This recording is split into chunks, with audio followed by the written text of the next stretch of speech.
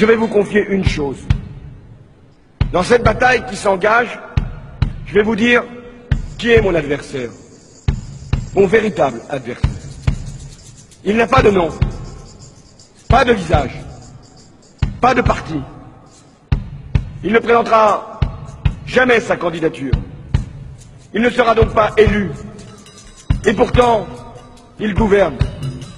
Cet adversaire, c'est le monde de la finance.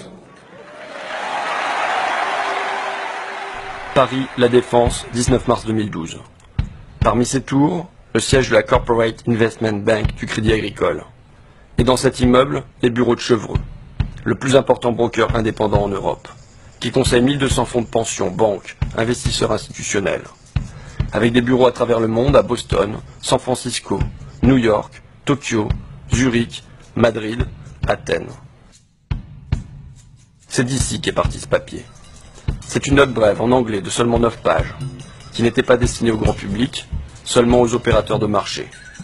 Mais quand on est tombé sur ce document, on a eu l'impression de découvrir le plan de bataille des financiers. Car eux préparent déjà l'après-élection. Et ils comptent bien en tirer une victoire, quel que soit le vainqueur, la fin du CDI. On a donc contacté l'auteur de ce texte, Nicolas Doisy, le chief économiste de Chevreux. Il a accepté de nous recevoir.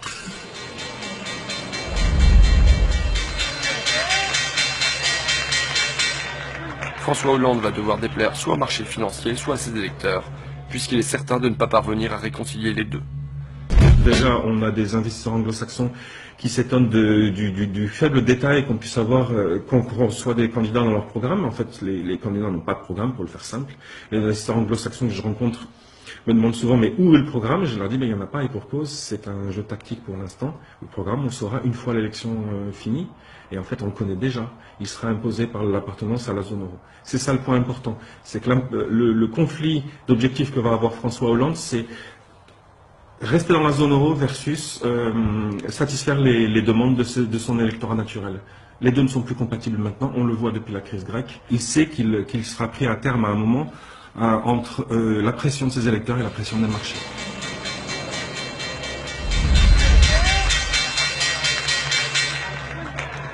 C'est regrettable pour François Hollande, mais la nécessité d'une libéralisation du marché du travail est le résultat direct d'une appartenance de la France à la zone euro.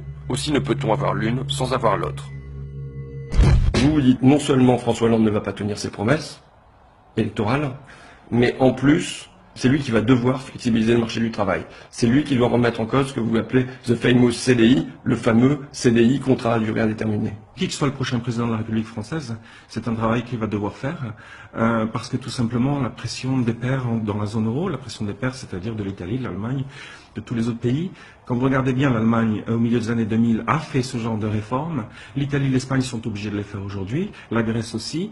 Au nom de quoi la France pourrait-elle s'en dispenser? Ça revient finalement à réduire substantiellement un certain nombre de garanties dont bénéficient jusqu'à présent les titulaires de CDI notamment. Et donc à imposer plus de flexibilité aussi sur les travailleurs, les travailleurs français. Juste une question qui me vient comme ça. Vous êtes en CDI ou vous n'êtes pas en CDI, monsieur Doisy? Je suis en CDI, bien évidemment. Voilà.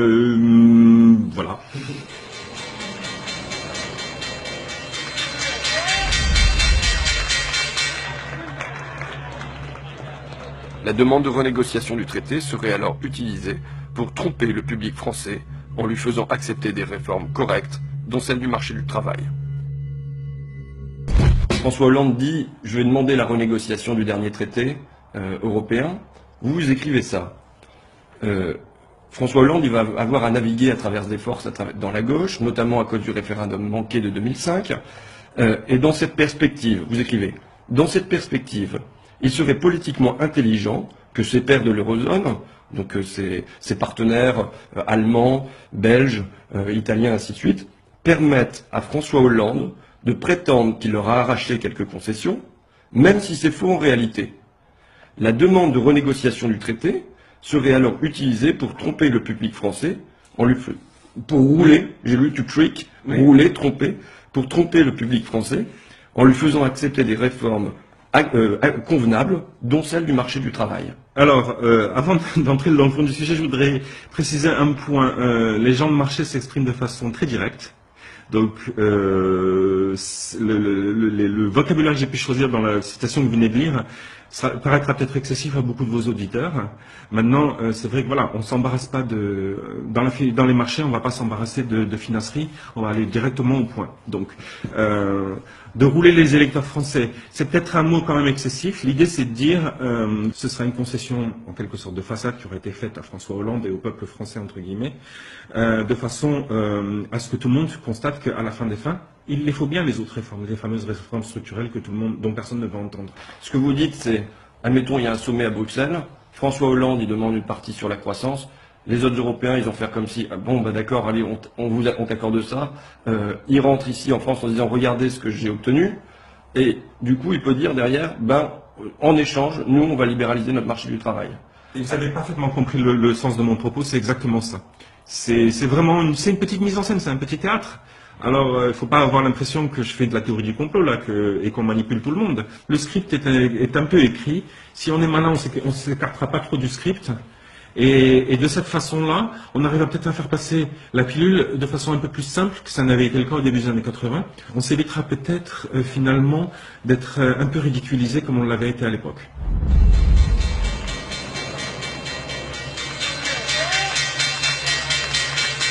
La pression des marchés devrait être une incitation suffisamment puissante pour que François Hollande évite de jouer à des jeux stupides. Maintenant, il y a un danger qui se présente. C'est la semaine qui vient de s'écouler, en particulier le week-end qui vient de s'écouler. On voit que Mélenchon est vraiment en phase ascendante. On a bien entendu ce week-end François Hollande qui dit oui, croyez-moi, ça va être du sérieux ma renégociation du traité. Et bien sûr, il est bien obligé parce que avant de gagner le deuxième tour, ceux qui ont connu 2002 savent qu'il faut gagner le premier. Et quand on voit la montée en puissance de Mélenchon, ce qu'on se dit tout simplement, c'est que à partir de maintenant, il va bien falloir que Hollande commence à donner quelques gages à sa gauche. Et c'est là que ça va devenir un peu plus compliqué pour lui, parce que les marchés vont commencer à comprendre, vont commencer à le sentir. C'est ça que je veux dire, c'est que le marché ne laissera pas passer de toute façon.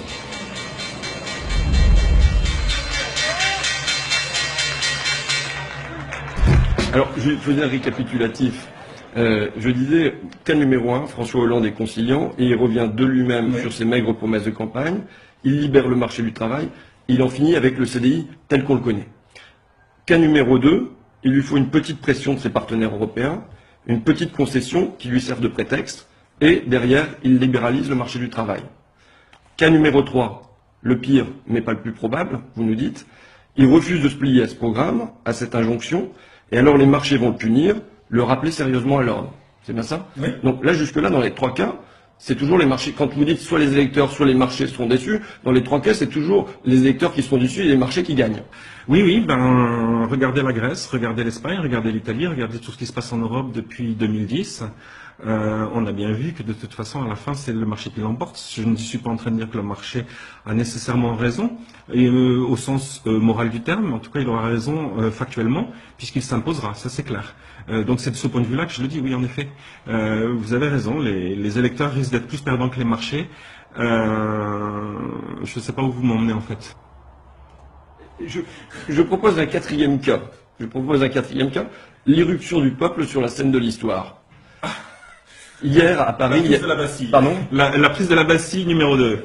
Hier à Paris, il y avait, bon, on va pas chipoter, 80 000, 90 000, 100 000, 120 000 manifestants à l'appel du front de gauche. Si, comme en 1936, on avait une élection qui s'était suivie de mouvements de masse, de manifestations, de grèves.